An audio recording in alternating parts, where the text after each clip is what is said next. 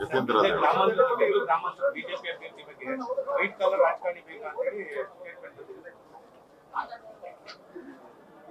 ಏನೊಂದು ಮಾಜಿ ಶಾಸಕರು ಡಾಕ್ಟರ್ ಯತೀಂದ್ರ ಅವರು ಸನ್ಮಾನ್ಯ ಮುಖ್ಯಮಂತ್ರಿಗಳ ಸುಪುತ್ರರು ನಮ್ಮ ದೇಶದ ಗೌರವಾನ್ವಿತ ಗೃಹ ಸಚಿವರ ಬಗ್ಗೆ ಏನೊಂದು ಕೀಳುಮಟ್ಟದ ಹೇಳಿಕೆ, ಒಂದು ರಾಜಕೀಯದಲ್ಲಿ ಒಂದು ಮಾತಿನ ಮೇಲೆ ನಡವಳಿಕೆ ಮೇಲೆ ಒಂದು ನಿಯಂತ್ರಣ ಇರಬೇಕು. ಒಂದು ಲಕ್ಷ್ಮಣ ರೇಖೆ ಇರುತ್ತೆ. ಈ ಎಲ್ಲವನ್ನು ಮೀರಿದಾಗ ಅವರವರ ಸರ್ವನಾಶಕ್ಕೆ ಅಥವಾ ಅವರ ಕೀಳುಮಟ್ಟದ ಆಲೋಚನೆಗಳನ್ನ ವ್ಯಕ್ತ ಮಾಡುವಂತ ಇಂಥ ಯಾವುದೇ ಪ್ರಯತ್ನಗಳನ್ನ ನಾವು ಸಂಪೂರ್ಣವಾಗಿ ಖಂಡಿಸ್ತೀವಿ. ಯಾವ ರೀತಿ ನಮ್ಮ ದೇಶದ ಐರನ್ ಮ್ಯಾನ್, ದೇಶದಲ್ಲಿ ಐಕ್ಯತೆ ಸೌಹಾರ್ದತೆ ನಮ್ಮ ಕಾಪಾಡಲಿಕ್ಕೆ ನಮ್ಮ ಗೃಹ ಸಚಿವರಾದಂಥ ಅಮಿತ್ ಶಾ ಅವರು ಎಷ್ಟು ಪರಿಣಾಮಕಾರಿಯಾಗಿ ಕಾರ್ಯವನ್ನ ಮಾಡಿದ್ದಾರೆ. ಅಂತ ಮಹಾನ್ ನಾಯಕರಿಗೆ ಗುಡ್ ನಾ ಅಂತ ಹೇಳಿಕೆ ಕೊಡ್ತಾರಲ್ಲ, ಇವ್ರಿಗೇನಾಗಿದೆ? ಮಾನಸಿಕವಾಗಿ ಅಸ್ವಸ್ಥರಾಗಿದ್ದಾರ? ಅಷ್ಟು ದ್ವೇಷನ, ಅಷ್ಟು ಆಕ್ರೋಶವನ್ನ ವ್ಯಕ್ತಪಡಿಸುವಂಥದ್ದು ಏನೂ ಇಲ್ಲ. ಈ ಕೂಡಲೇ ಅವರು ಕ್ಷಮೆಯನ್ನ ಯಾಚನೆ ಮಾಡಬೇಕು, ಕ್ಷಮೆ ಯಾಚನೆಯನ್ನ ಮಾಡಬೇಕು. ತಕ್ಷಣ ಹೇಳಿಕೆಯನ್ನ ಹಿಂದೆ ಪಡಿಬೇಕು. ಇಂಥ ಕೀಳ್ಮಟ್ಟದ ಹೇಳಿಕೆಯನ್ನ ಕೊಡುವಂಥದ್ರಿಂದ ಡಾಕ್ಟರ್ ಆಗಿರೋರು, ವಿದ್ಯಾವಂತರಾಗಿರೋರು ಡಾಕ್ಟರ್ ಯತೀಂದ್ರ ಅವರು ಇಂಥ ಹೇಳಿಕೆ ಕೊಡೋದು ಅವರ ವ್ಯಕ್ತಿತ್ವಕ್ಕೂ ಸೂಕ್ತ ಅಲ್ಲ. ಅವರ ವ್ಯಕ್ತಿತ್ವ ಅಥವಾ ಅವರ ನಡೆಗೆ ಸೂಕ್ತವಾಗಿಲ್ಲ. ಖಂಡಿತ ಈ ತಕ್ಷಣ ಅಮಿತ್ ಶಾ ಅವರ ಕೊಡುಗೆಗಳನ್ನು ನೋಡಬೇಕು. ಅವರಷ್ಟು ಎಳ್ಳಷ್ಟು ನಿಮ್ಮ ಪರಿವಾರದವರು ಏನಾದ್ರು ಕೊಟ್ಟಿದ್ರೆ ಮಾತಾಡೋಣ. ಹಾಗಾಗಿ ಆ ಎತ್ತರದ ವ್ಯಕ್ತಿತ್ವದ ನಿಮಗೂ ಸೂರ್ಯನಿಗೂ ಒಂದು ಟಾರ್ಚಿಗೂ ಲೆಕ್ಕ ಇದ್ದಾಗಿದೆ. ದಯವಿಟ್ಟು ಇಂಥ ಹೇಳಿಕೆಗಳಿಗೂ ಹೋಲಿಕೆನೂ ಮಾಡಬೇಡಿ.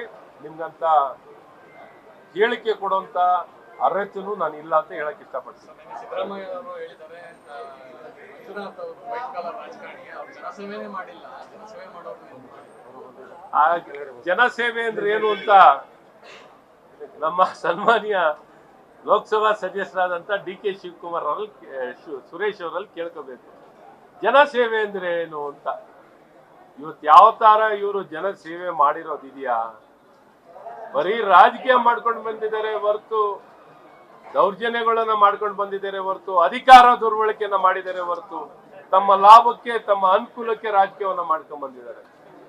ಇವತ್ತು ಕಳೆದ 63-64 ವರ್ಷದಲ್ಲಿ ಅವರ ಪ್ರಾಯದಲ್ಲಿ ಡಾಕ್ಟರ್ ಮಂಜುನಾಥ್ ಅವರು ಏನೊಂದು 8 ಲಕ್ಷಕ್ಕಿಂತ ಹೆಚ್ಚು ಪೇಷಂಟ್ಗಳನ್ನ ನೋಡಿರೋದಾಗ್ಲಿ, ಅಥವಾ 80,000ಗಿಂತ ಹೆಚ್ಚಿನ ಜನಕ್ಕೆ ಆಂಜಿಯೋಪ್ಲಾಸ್ಟಿಯನ್ನ ಮಾಡಿರೋದಾಗ್ಲಿ, ಆಪರೇಷನ್ಸ್ಗಳು ಮಾಡಿರೋದಾಗ್ಲಿ, ಈ ಮಟ್ಟಕ್ಕೆ ಒಂದು ಸವಿಸ್ತರವಾಗಿರುವಂತ ತಮ್ಮ ಏನ್ ಸೇವೆ ಅವಧಿಯಲ್ಲಿ ಅದ್ಭುತವಾಗಿ ಜನಪರವಾಗಿ ಸೇವೆಯನ್ನ ಸಾಧನೆಯನ್ನ ಒಂದು ಆಡಳಿತಗಾರನಾಗಿ ಹೆಸರನ್ನು ಮಾಡಿದ್ದಾರೆ,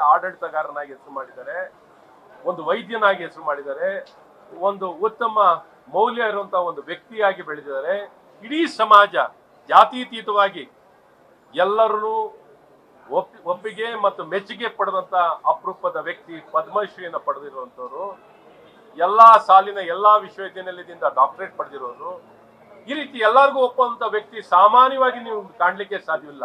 ಅಂತ ಅಪರೂಪದ ವ್ಯಕ್ತಿನೇ ಡಾಕ್ಟರ್ ಮಂಜುನಾಥ್. ಹಾಗಾಗಿ ಸುರೇಶ್ ಅವ್ರಿಗೂ ಮಂಜುನಾಥ್ ಅವ್ರು ಯಾವ ಹೋಲಿಕೆನೂ ಇಲ್ಲ.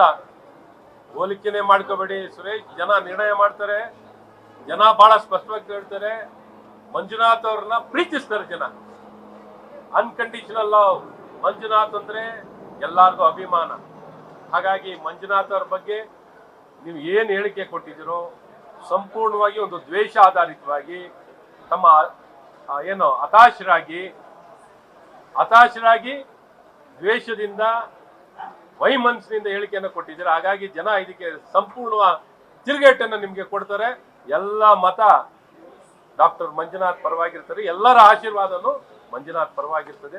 ಮಂಜುನಾಥ್ ಅವರ ಬಗ್ಗೆ ನೀವು ಎಂಥ ಹೇಳಿಕೆಯನ್ನು ಕೊಟ್ಟರು ಜನ ಒಪ್ಪಲ್ಲ. ಹಾಗಾಗಿ ನಿಮ್ಮ ವ್ಯಕ್ತಿತ್ವನು ಡಾಕ್ಟರ್ ಮಂಜುನಾಥ್ ಅವರು ನೀವು ಇಲ್ಲಿದ್ದೀರಾ, ಅವರ ಮೇಲೆ ದೊಡ್ಡ ವ್ಯಕ್ತಿತ್ವ ಸಾಧನೆ ಮಾಡಿದ್ದಾರೆ. ನ್ಯೂಸ್ ಫಸ್ಟ್ ನಿರ್ಭೀತಿಯಿಂದ ನಿಮ್ಮ ಪರವಾಗಿ.